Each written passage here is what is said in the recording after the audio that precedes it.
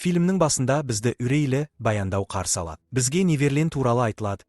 Әрбір баланың армандаған сиқырлы мекені. Су перілері, құпиялар мен Питер Пен елі. Бірақ бұл сіз білетін ертегі емес. Біз Питер есімді ер адамның Тимми есімді кішкентай балаға Неверленд жайлы кітап оқып отырғанын көреміз. Ол балаға енді Неверлендке бару кезегі сенікі дейді. Бұл тәтті естіледі, иә? Бірақ мұнда бір мәселе бар. Питер батыр емес. Ол кісі өлтіруші. Ал Тимми ше, оны ұрлап әкеткен. Питер Тиммиді циркке апарады. Өзі сол жерде клоун болып жұмыс істейді. Сол жерде ол Джеймс есімді басқа бір балақаймен танысады. Питер оған әуе шарынан жасалған ойыншық береді. Бұл Джеймсті қатты қуантады. Бірақ бастапқыда жазықсыз көрінген жағдай тез қараңғыланып кетеді. Кейінірек сол түні Джеймс диванда мүлгіп жатқанда, анасы душта болады. Кенет жертөле есігі сықырлап ашылады. Көлеңкеден Питер шыға келеді. Ол Джеймсті өзіне шақырады. Бірақ бала қорқып қалады. Питер оған анасына айтпауын ескертіп, өзін цирктегі сол клоун екенін айтады. Джеймс енді сәл тынышталып, оған жақындайды. Питер өзін Питер Пен деп таңыстырып, Джеймсті Неверлендке тек ерекше балалар ғана бара алатын жерге апаратынын айтады. Джеймс келіседі. Бірақ дәл сол сәтте анасы шығып, үрейден қатып қалады. Ол жертөле есігін жауып, пышақ алып шығады. Ол Питер кетті деп ойлап, есіктен шыға бергенде, Питер оны арты жағынан тұтқиылдан шабуылдайды. Ол оның бетін тіліп, жағының жарты терісін сыбырып тастайды. Сосын балға алып, басынан ұрады. Қан ағады. Ол әйелді скальппен қоса өлтіреді. Сосын полицияға хабарламақ болған Джеймсті алып, жоғалып кетеді. Бірнеше жыл өтеді. Біз Венди есімді жасөспірім қызбен танысамыз. Ол жалғызбасты анасы Мэри және екі ағасымен бірге тұрады. Бүгін оның інісі Джонның туған күні, аналары оған велосипед сыйлайды. Ол мектепке бармақшы болғанда, Венди оны өзі апаратынын айтады. Жолда Джон одан Лондонға оқуға кететіні рас па деп сұрайды. Венди мұны растайды. Бұл Джонның жүрегін ауыртады. Ол өсу, кетумен алға жылжу екенін түсіндіреді. Бір күні Джон да кететінін айтады. Олар мектепке жеткенде, Джон өзінің жақын досы Джоуимен қауышады. Осы кезде Питердің тығылған жері көрсетіледі. Ол есірткінің әсерінде келесі құрбанын іздеуге дайындалып жатыр. Онымен бірге әлі де Эми бар. Бірақ қазір ол еркекке айналған транс бала. Питер оны Тинкербелл деп атайды. Ол Тиммиді жаңа тауар жинауға баратынын ескертеді. Келесі көріністе Венди жұмысқа кешігіп келеді. Досы оны сапарға шақырады.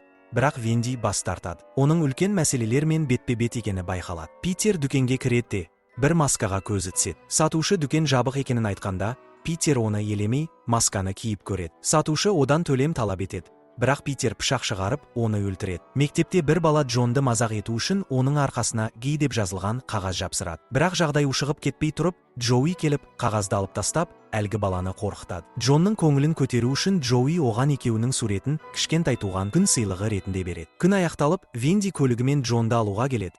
Бірақ күтпеген жерден жігіті пайда болып, ол соған алаңдайды. Оны күтіп шаршаған Джон жалғыз өзі велосипедпен үйге қайтуды шешеді. Осы кезде Питер айналаны бағып жүрген болатын. Джон тыныш, оқшау орман жолмен келе жатып, Питер орнатқан арқан тұзаққа түсіп, құлап қалады. Санаулы секундта Питер пайда болып, оны ұстап алып, фургонға лақтырып жібереді. Джон ұрлап әкетілді. Мектепте Венди інісінің келмегенін көріп, уайымдай бастайды. Ол мұғалімдерден сұрағанда, Джонның мектептен кеткенін біледі. Қатты қобалжыған Венди қаланы шарлап, оны іздей бастайды. Бірақ еш нәтиже жоқ. Ал Джон қараңғы бөлмеде қамалып отыр. Ол телефонын қарап, Венди жіберген алаңдаулы хабарламаларды көреді. Бірақ байланыс жоқ. Ол жауап қайтара алмайды. Кенет Питер кіріп келеді. Джон телефонын жасырып үлгереді. Питер үрейлі, бұрмаланған жүзін көрсетеді. Ол бұл жер оның әлемінің бір бөлігі екенін, яғни өз нұсқасындағы Неверленд екенін сабырлы түрде түсіндіреді. Үйінде Венди мен анасы полицияға хабарласады. Тергеу басталады. Бейнебақылау Джонның мектеп аумағынан шыққанын көрсетеді. Бұл ұрлау мүмкіндігін растайды. Анасы Вендиге салғырттық танытқаны үшін ашуланады.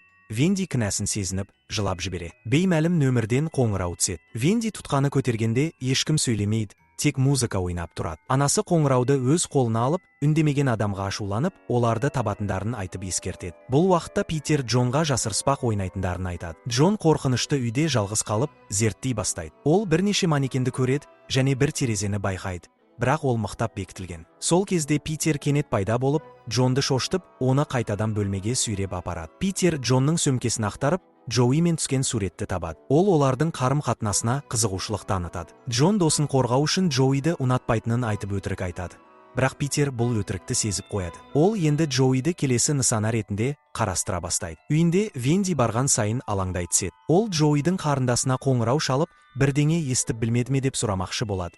бірақ анасы сөйлесуге кедергі келтіреді. Барлығына кінәлі сезініп, Венди көз жасына ерік береді. Келесі күні таңертең Венди мектепке Джоуи мен оның қарындасы Лилимен бірге бара жатып, оларға бәрін айтып береді. Лили Уэндиге әрдайым жанында болатынын айтып жұбатады. Сол кезде Уэнди бұрын да дәл осындай ұрлау оқиғасы болғанын айтады. Ұрланған алғашқы бала Тимми. Сол үшін олар Тиммидің әкесіне барып, көбірек білуге шешім қабылдайды. Олар оның үйіне жеткенде, Тиммидің әкесі оларды жылы қарсы алады. Ол Тимми өте мейірімді, сүйкімді бала болғанын, оны өте қатты жақсы көретінін айтып береді. Бір күні бір клоун Тиммиді шарлармен арбағанда, содан кейін ол ешқашан табылмаған. Ол оларға Тиммидің бөлмесін көрсетеді. Сол жерде Тиммидің қыздардың киімін киюді жақсы көргені белгілі болады. Әкесі әлі күнге дейін ұлын қатты сағынады.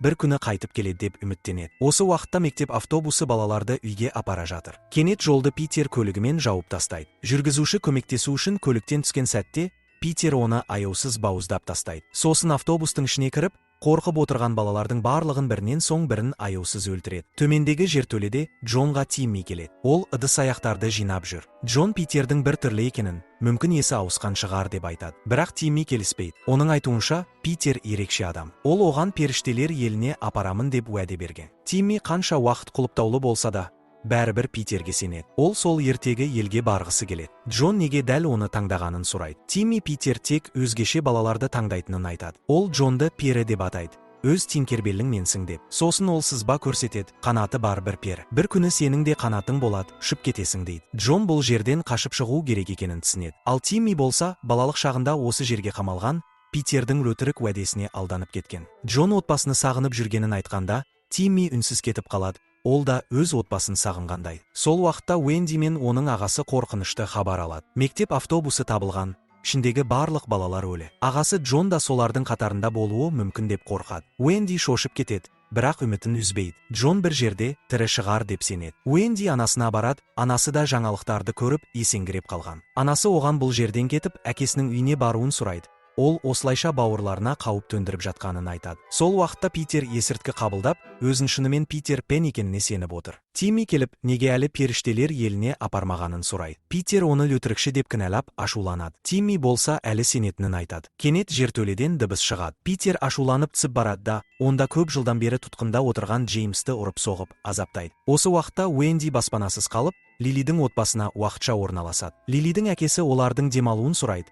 Ал анасы оларды көрпеге орап жатқызады. Бірақ сыртта Питер келіп үлгерген еді. Ол Джоуи үшін келген. Барлығы ұйықтап жатқанда, Уэнди телефонын зарядтауға далаға шығады. Сол сәтте Питер үйге кіріп кетеді. Алдымен ол Лилиді табады. Лили оянып үлгергенімен, айқайлап үлгермей, Питер оны пышақтап тастайды. Уэнди шу естіп, терезеден сығалап қарайды. Көзімен Лилидің әкесінің қалай өлтірілгенін көреді. Қатты қорқып, есікті жауып тығылады. Питер бөлмелерді қарап шыға бастайды. Уэнди терезеден басқа бөлмеге өтіп кетеді. Сол жерде Лилидің анасын байлаулы күйінде көреді. Оны босатпақ болған сәтте, Питер бөлмеге кіреді. Уэнди төсектің артына тығылады. Оның көз алдында Питер Лилидің анасын аяусыз өлтіреді. Осыдан кейін ол Джоуиді ұстап алып кетеді. Уэнди мұны көріп, телефонын ажыратып, оның артынан жүгіріп кетеді. Питер бақытты, тағы бір бала енді оның иелігінде. Бірақ Тимми мұның бәрінен жиіркеніп кеткен. Тағы бір бала ұрланды. Тағы бір отбасы қайғы жұтты. Питер үйіне келеді, ал Уэнди оның соңынан ілесіп, үйіне тығылып кіреді. Іштен адам сүйектері шашылып жатқанын көреді. Питер киім ауыстырып жатқанда, оны байқап, оның қаншалықты қауіпті екенін түсінеді. Питер Джонның бөлмесіне Джоуиді алып келеді. Джон шошып кетеді. Питер кім бірінші періштелер еліне барады деп сұрайды. Екеуі де қатты қорқады. Содан кейін Питер Джоуиді таңдап алып кетпек болады. Уэнди осы сәтте Джон қамалған бөлмені табады. Құлып Джонның велосипедінің шынжыры екен. Оны танып, құлыпты ашады. Бірақ кенет Тимми пайда болады. Ол не істеп жүргенін сұрайды. Уэнди, інімді үйге алып кету үшін келдім дейді. Ол Тиммиді таниды да, оған бір маңызды нәрсені айтады. Оның әкесі әлі де оны сағынады, көруге асығады. Тимми бұл сөздерге сенбей, таң қалып қалады. Питер оны алдаған. Оны әкесінен ажыратып, сүймейді деп сендірген. Көз жасына ерік берген Тимми шетке тұрып, Уэндиге кіруге жол береді. Уэнди бауырына жетіп, оны құшақтайды. Енді қашу керек. Сол уақытта Тимми Питерге қарсы шығады. Ол неге өтірік айтқанын сұрайды. Питер шатасып қалады. Содан кейін оған қайта есірткі ұсынады. Бірақ Тимми бұл жолы бас тартады. Кенет Уэндидің телефоны дірілдей бастайды. Питер естіп қалады. Ол Джонның бөлмесіне жүгіріп келеді. Бірақ бөлменің бос екенін көреді. Уэнди әлі іште, көлеңкеде тығылып отыр. Сол сәтте Уэнди Питерге шабуыл жасайды. Оны бөлмеге қамап, бауырын алып қашпақ болады. Тимми оларды тоқтатпақ болады. Бірақ Уэнди оған тағы да шындықты айтады. Әкесі әлі күнге дейін оны күтеді. Тимми сене алмай тұр, бірақ жол береді. Алайда қашуға тырысқанда барлық есіктердің құлыптаулы екенін көреді. Джон телефонын шығарып, стелдің астына жасырынып, полицияға қоңырау шалады. Сол кезде Питер қайта келеді. Тимми оны қарсы алады. Неге өтірік айтқаныңды айт деп талап етеді. Питер ашуға булығып, Тиммиді аяусыз сабайды. Сосын пышақпен оның екі қолын кесіп тастайды. Төменде жертөледе Уэнди табыттың ішінен бір дыбыс естиді. Ашып қараса, Джоуи. Оны шығарып алады, есікті сындырып, оны құтқарып шығады. Бірақ өзі кетпейді. Уэнди қайта айналып, бауырын құтқаруға барады. Сол жерде ол Джеймсті көреді. Ол адам танымастай болып азапталған. Питер оны қиялындағы қорқынышты бейнеге айналдырған. Қорыққан Уэнди бәрі қаншалықты шектен шыққанын түсінеді. Ол Джеймске бауырларымды құтқаруым керек дейді де жоғары көтеріледі. Питермен қатты төбелес басталады. Екеуі де ауыр жарақат алады. Уэнди инені алып, Питердің мойнына есірткі салады. Есірткі әсер етіп, Питердің көзі бұлдырай бастағанда, Уэнди оны аяусыз ұрады. Питер есін жиып, Джонды ұстап, қылқындыра бастайды. Бірақ Уэнди келіп, оның көзіне саусақтарын соғады. Сол сәтте Джон бір затпен Питердің басынан ұрып жібереді. Питер құлайды, бірақ әлі тірі. Ол мейірім сұрайды. Сол сәтте артынан Джеймс пайда болады. Оның қолының орнына ілмек орнатылған. Ол сол ілмекпен Питердің арқасынан ұрып, оны сүйреп алып кетеді. Дәл осы сәтте полиция келіп, барлығын құтқарады. Бір жылдан кейін отбасы Джонның туған күнін тойлап отыр. Бәрі бақытты. Дәл осы сәтте телефон шырылдайды. Тұтқаның арғы жағында Питер Пеннің баяғы қорқынышты музыкасы ойнап тұр. Уэнди сілейіп қалады. Осы жерден фильм аяқталады. Міне, бұл Питер Пен туралы қорқынышты ертегі. Бұл жерде Питер Пен ертегі кейіпкер емес, балаларды ұрлап, өтірік уәдемен азаптап ұстайтын нағыз қанішер. Ол өзін ертегі әлемінің иесі санаған, бірақ шындығында бұл жай ғана оның қорқынышты, науқас қиялы болатын.